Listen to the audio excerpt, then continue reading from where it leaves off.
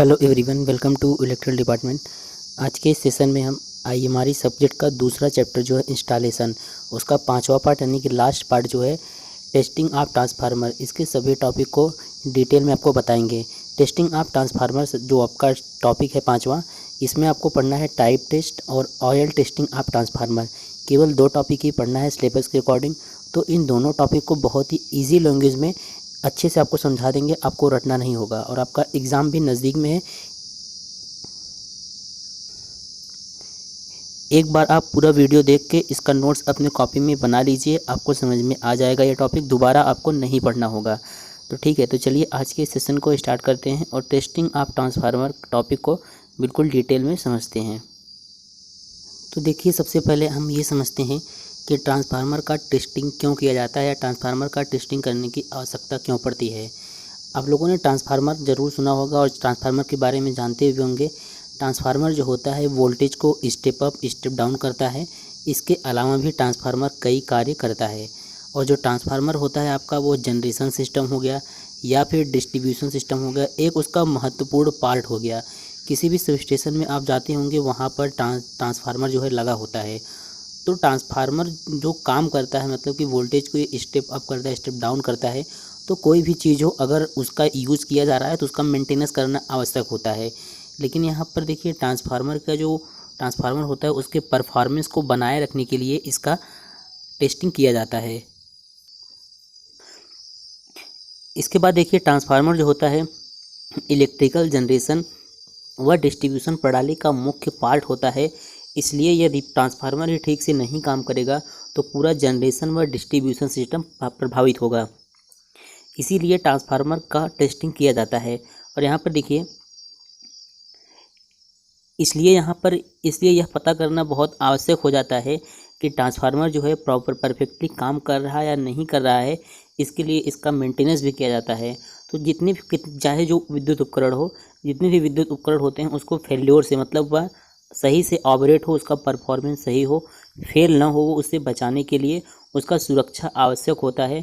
जैसे अगर बात करेंगे ट्रांसफार्मर का, यदि इंसुलेशन होता है उसमें अगर इंसुलेशन ख़राब हो जाए तो ट्रांसफार्मर भी ख़राब हो जाएगा। तो इसीलिए ट्रांसफार्मर का इस ट्रांसफार्मर का टेस्टिंग किया जाता है। अब ट्रांसफार्मर का टेस्टिंग कितने प्रकार का होता है वो समझते हैं। ठीक है, अब देखिए जब ट्रांसफार्मर किसी भी, मतलब कि कोई भी व्यक्ति ट्रांसफार्मर जब अपने हिसाब से डिज़ाइन करवाता है या कोई कंपनी हो गया अपने हिसाब से ट्रांसफार्मर डिज़ाइन करवाता है, तो उस आधार पर ट्रांसफार्मर की कई प्रकार के टेस्टिंग किया जाता है। पहला देखिए, यहाँ पर है test done by at factory, मतलब फैक्ट्री में जो टेस्ट किया जाता है वो पहला होता है इसमें आपका टाइप टेस्ट। तो हमको यहाँ पर समझना है टाइप टेस्ट क्या होता है। अब इसमें है आपको पढ़ना है टाइप टेस्ट। सिलेबस के अकॉर्डिंग आपको ट्रांसफार्मर की टेस्टिंग कई प्रकार का आपने सुना होगा। टाइप टेस्ट होता है, रूटीन टेस्ट होता है, स्पेशल टेस्ट होता है। तो उसमें से केवल इसमें यहाँ पर जो सिलेबस में दिया है उसमें केवल आपको पढ़ना है टाइप टेस्ट, और टाइप टेस्ट के कितने प्रकार होते हैं वो पढ़ना है। ठीक है, तो टाइप टेस्ट को हिंदी में बोला जाता है प्रारूप परीक्षण। नाम से देखिए, टाइप टेस्ट का मतलब होता है, जैसे देखिए, जैसे किसी भी कंपनी में, कोई भी कंपनी जो ट्रांसफार्मर को बनाती है, वहाँ पर किसी भी फर्म द्वारा वहाँ पर उसको ऑर्डर किया जाता है। जैसे मान लीजिए 500 ट्रांसफार्मर का, ठीक है। तो वो 500 ट्रांसफार्मर में तो पहली बार जो टाइप टेस्ट होता है वो 500 ट्रांसफार्मर, अगर 500 ट्रांसफार्मर बनाया गया है तो वो 500 ट्रांसफार्मर का टेस्टिंग नहीं करेगा, क्योंकि एक ट्रांसफार्मर जिस स्पेसिफिकेशन या जिस डिज़ाइन का होगा उसी प्रकार से 500 होगा। तो मतलब इसमें से 2 या 3 ट्रांसफार्मर की टेस्टिंग किया जाता है। तो सबसे पहला पॉइंट इसमें यही हो जाता है कि जो टाइप टेस्ट होता है वो किसी एक वर्ग के ट्रांसफार्मर के एक ट्रांसफार्मर किया जाता है। कहने का मतलब, अगर 500 ट्रांसफार्मर है सेम टाइप का, तो 500 में से केवल 2 या 3 या फिर एक ही ट्रांसफार्मर का टेस्ट किया जाता है। ये टाइप टेस्ट होता है। और देखिए, जो टाइप टेस्ट होता है, टाइप टेस्ट से क्या ज्ञात होता है, क्या कन्फर्म होता है कि जैसे जो कस्टमर होता है, जिस डिज़ाइन का, जिस स्पेसिफिकेशन का वो ट्रांसफार्मर बनवाता है, ऑर्डर करता है, उससे ये कंफर्म हो जाता है कि उस डिज़ाइन को के अनुसार वह ट्रांसफार्मर बनाया गया है या नहीं बनाया गया है। तो समझ में आ गया होगा टाइप टेस्ट क्या होता है। टाइप टेस्ट पहली बार, टाइप टेस्ट जो होता है यह किसी एक वर्ग के ट्रांसफार्मर के सिर्फ एक ट्रांसफार्मर करते हैं। और यह परीक्षण जो होता है इसलिए किया जाता है ताकि यह कंफर्म हो सके कि जो कस्टमर हैं जिस डिज़ाइन या जिस स्पेसिफिकेशन, डिज़ाइन मतलब कि आप समझ सकते हैं डिज़ाइन, और स्पेसिफिकेशन जैसे आप फ़ोन का फीचर देखते हैं उसे स्पेसिफिकेशन बोलते हैं कि कितने केवीए क्या है, किस टाइप से होना चाहिए। तो कस्टमर को जो डिमांड होता है इस डिज़ाइन का, इस स्पेसिफिकेशन का चाहिए, तो एक टाइप टेस्ट में यही ज्ञात होता है कि वो उस डिज़ाइन का बनाया गया है कि नहीं बनाया गया है। तो टोटल यहाँ पर जो हमने बताया आपको, यहाँ ये वही चीज़ लिखा गया है कि यह परीक्षण इसलिए किया जाता है ताकि यह कन्फर्म हो सके कि बनाया गया ट्रांसफार्मर कस्टमर के दिए गए डिज़ाइन व स्पेसिफिकेशन के अनुसार बनाया गया है। और यह परीक्षण जो होता है ट्रांसफार्मर के डिज़ाइन कैरेक्टरिस्टिक्स को चेक करने के लिए किया जाता है। और यह परीक्षण जो है किसी एक वर्ग के सिर्फ एक ट्रांसफार्मर का किया जाता है।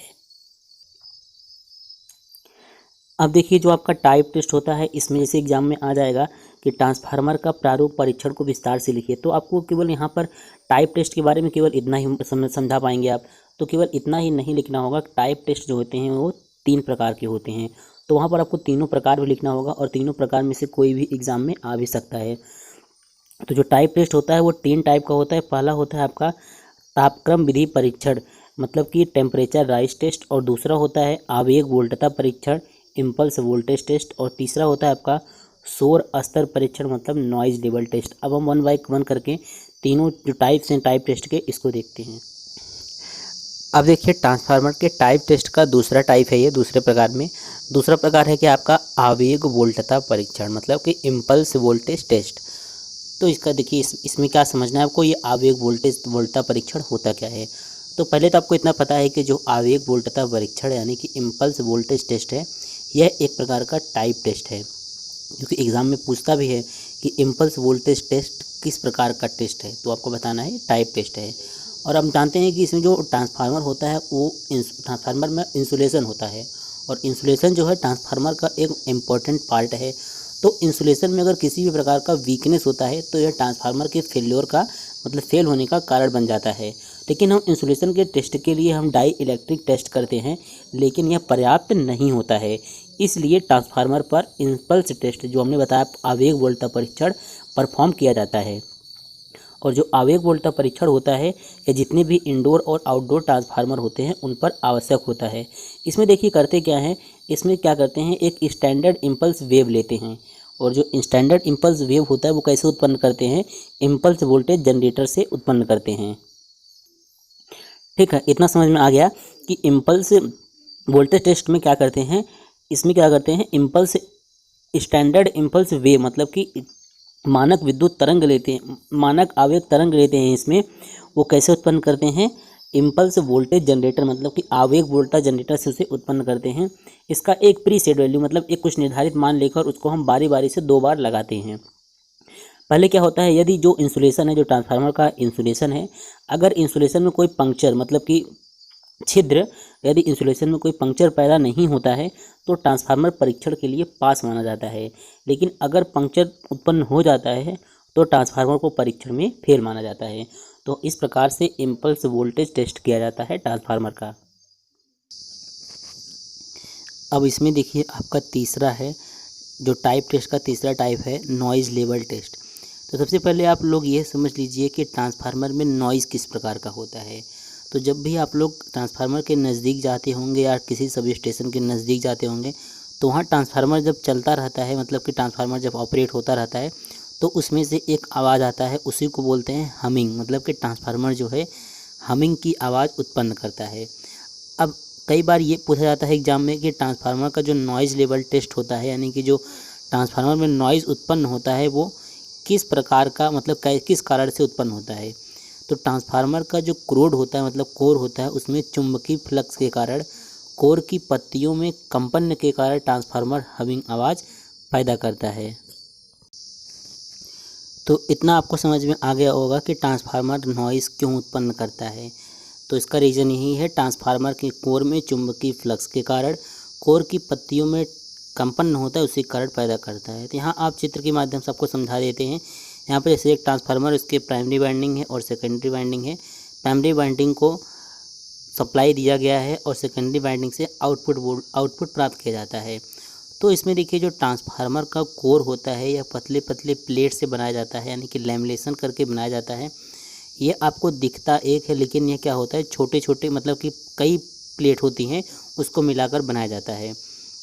तो अब जब हम ट्रांसफार्मर का जो प्राइमरी वाइंडिंग है उसको सप्लाई दे देते हैं, इसके बाद देखिए जो सेकेंडरी वाइंडिंग से हम आउटपुट वोल्टेज प्राप्त करते हैं।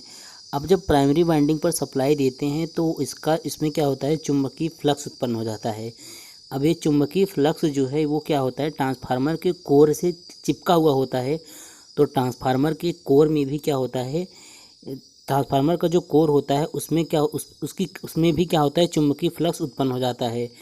अब ट्रांसफार्मर का कोर जो होता है वो कई पत्तियों से मिलकर बना होता है, इसलिए उसमें क्या होता है, वाइब्रेशन होने लगता है और इसी कंपन के कारण ट्रांसफार्मर जो होता है हमिंग आवाज़ उत्पन्न करता है।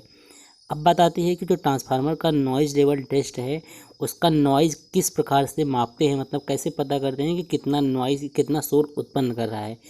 तो ये जो ट्रांसफार्मर का नॉइज़ लेवल होता है यह नॉइज़ लेवल इंडिकेटर या नॉइज़ सेंसर आदि से डीबी में टेस्ट किया जाता है। डीबी का मतलब यहाँ पर है डेसिबल, चूँकि यहाँ पर ध्वनि का टेस्ट किया जा रहा है, ध्वनि को मापा जा रहा है तो डीबी में ही मापा जाता है। अब नॉइज़ को कम करने का कई उपाय होता है, लेकिन ट्रांसफार्मर के नॉइज़ को 100% कम नहीं किया जा सकता है।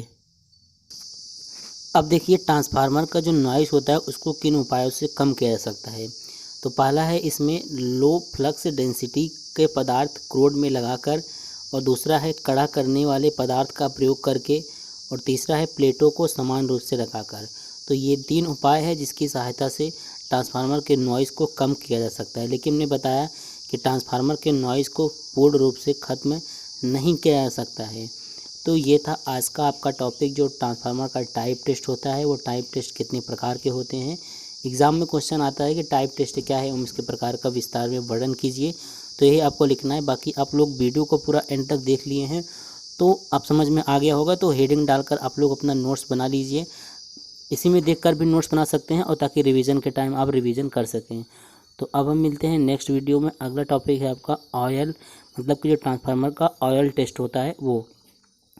तो अगले वीडियो में बताएंगे यही टॉपिक, इसके बाद आपका ये टॉपिक समाप्त हो जाएगा।